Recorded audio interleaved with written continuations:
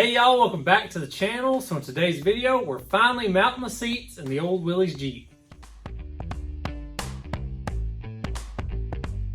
I know in the past I've mentioned these seats, but in case you forgot or you're new to the channel, these came out of like a 80 something Bronco. I want to say like a bullnose Bronco. You Ford guys can correct me on that. These are like mid-back, low-back bucket seats. I got them for 75 bucks out of the yard with the seat brackets. And the seat brackets were really cool and I was hoping I could use those. The driver's side was adjustable, it had slides. The passenger side actually flipped up, which would have been perfect for like getting to your toolbox or what have you. Unfortunately, I think it all made it too high without really modifying them. I hate to cut up the old Bronco seat brackets. So I ditched the brackets. I'm gonna try and slam these seats down as close to the floor as I can get them. Now something I'm kind of struggling with on this Jeep is I'm a big guy. I'm about 6'3", and part of the reason I did the tilt steering column and stuff like that, and the smaller steering wheel, that's all to help me fit in this thing a little better. Another way that you can get more room, more leg room, more space out of these Willys Jeeps is you can actually notch these rear fenders and slide the seats back some more. So I'm gonna try and get about 3 or 4 more inches of leg room, scoot these seats back and get them hard mounted today. Probably have to make our own brackets, but I'll be all right. We'll make something really cool. I think these seats look great though, and they're really gonna look good in this Jeep. Before I can get started on anything, I gotta clean all these parts out of the Jeep. I've been collecting stuff for like months. You can see there's a ton of content coming for this Jeep. Just not had time to do it all yet. Y'all know who Newton is. He like made all the laws for the universe and stuff like that. One I think he missed though is that flat surfaces tend to collect objects, and a flat fender's pretty much nothing but flat surfaces. So I got a bunch of stuff. I'll move it over to my toolbox for now, and then we can get into that fender notch.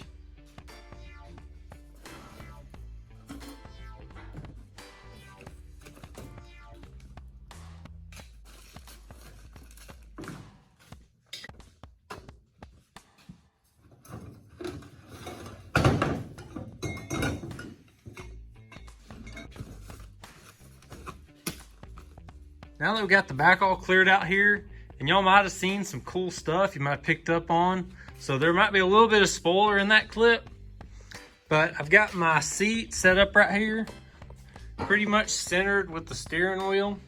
I've got my console and I've got the passenger side seat in. It's all just check spacing and everything. So it looks like what I need to do is I'm gonna make a cut right in front of this support right here. We'll leave that alone. I'll cut all the way up into here, and then I want to keep this factory corner. I want to keep this little bend here so I don't have to remake all that.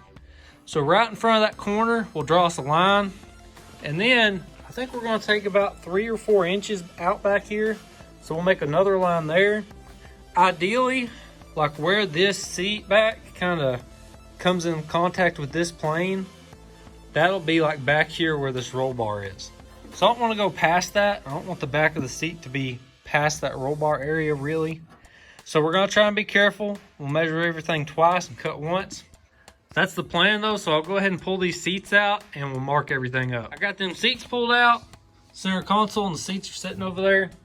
So I went ahead and marked this fender up, and it's super simple. I went right in front of that little cross member there, come up, and then I took my square, I measured out whatever this distance was. I moved it up here, drew me a straight line. Then I left about a 1/2 inch or so between the end of this little bent piece here and this first line. Then I did 4 inches from there to this other line. So this is the part that's coming out, and you can see down here, got marked all the way down the sides. Got pretty close to the floor right now.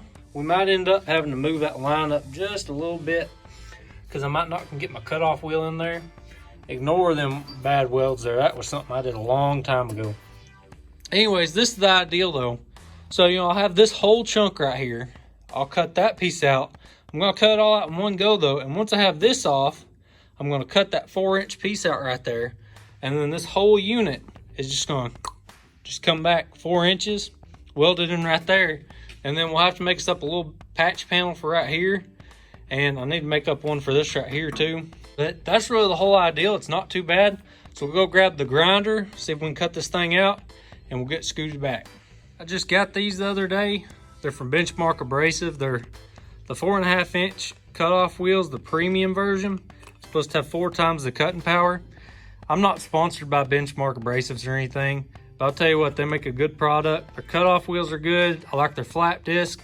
I used the Harbor Freight stuff for a long time, and that stuff is just trash. It's junk. This is good stuff. You get what you pay for.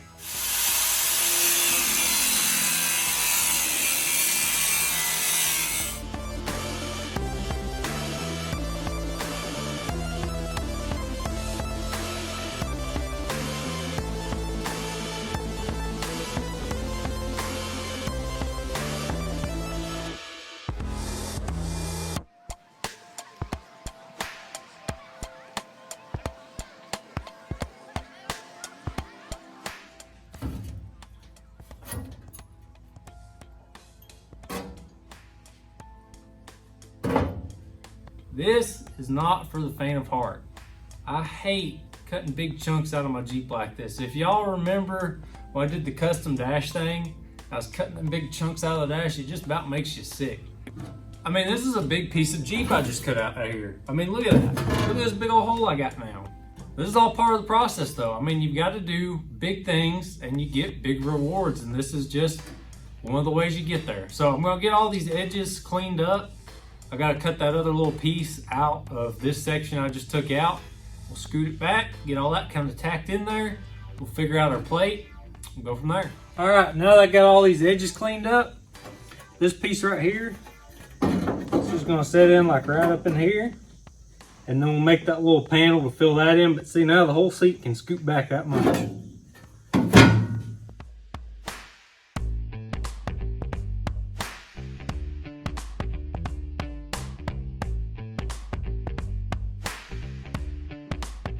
This is looking really good. I've got that piece kind of just tacked in here in a few spots. Everything lines up nice down here and down through there. I had to make just a little bit of a cut. That was just a little crooked, but it's all fitting up really nice. I went ahead and threw the seat back in here and checked clearance and everything. Everything looks good. So now I need to make this little filler piece. And I think we can get away with 1 panel. I don't know, might end up doing 2. But we'll do a flat bottom and then something that curves up here and just fills in all that. And then we can finish weld it all up and this will be done.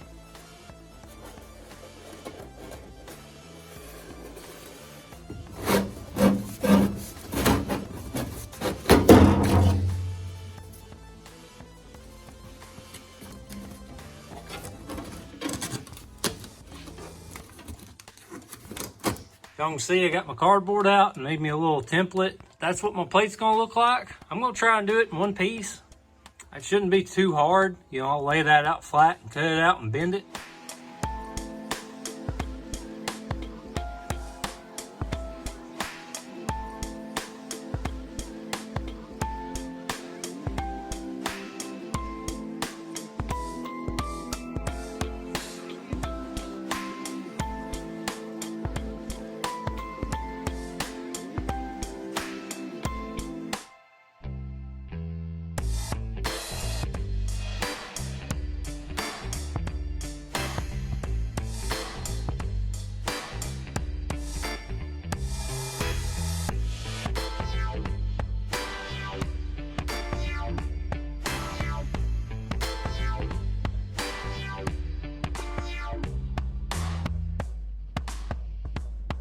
For reference, this is where everything sits without doing the fender notch. I've not cut anything yet. This is where the seat sits. I've kind of got my wheel tilted down a little bit where it's comfortable. See how high up my knees are though when I go to press the clutch pedal in? So this is not a very comfortable position. I could drive this way, but it's just not enough room. And this is what it looks like after the fender notch. So now I've got all this room. My knees are actually under the steering wheel now. I can get to the clutch, I can get to the brake, the gas. I've got my steering wheel adjusted where it's nice and comfortable, where I like it. I've just got so much more room now, and I can actually drive the Jeep. I couldn't be happier with how this fender notch turned out. It's exactly what I was hoping for. Now I've got all this room. I can actually drive the Jeep comfortably without my knees running into everything. I am going to copy this on the passenger side. I want the passenger to have just as much room as I do. And also I want the backs of the seats to line up. I like symmetry. you've been watching my videos, you know that. I'm kind of OCD about that stuff. I'm gonna call it right here for this video though. I'm gonna do a part 2 on how to do the custom seat brackets and everything. So make sure you're subscribed, make sure your post notification bell's on, like and comment down below. I appreciate y'all checking out this week's video. I hope you enjoyed it, and I'll see y'all next time.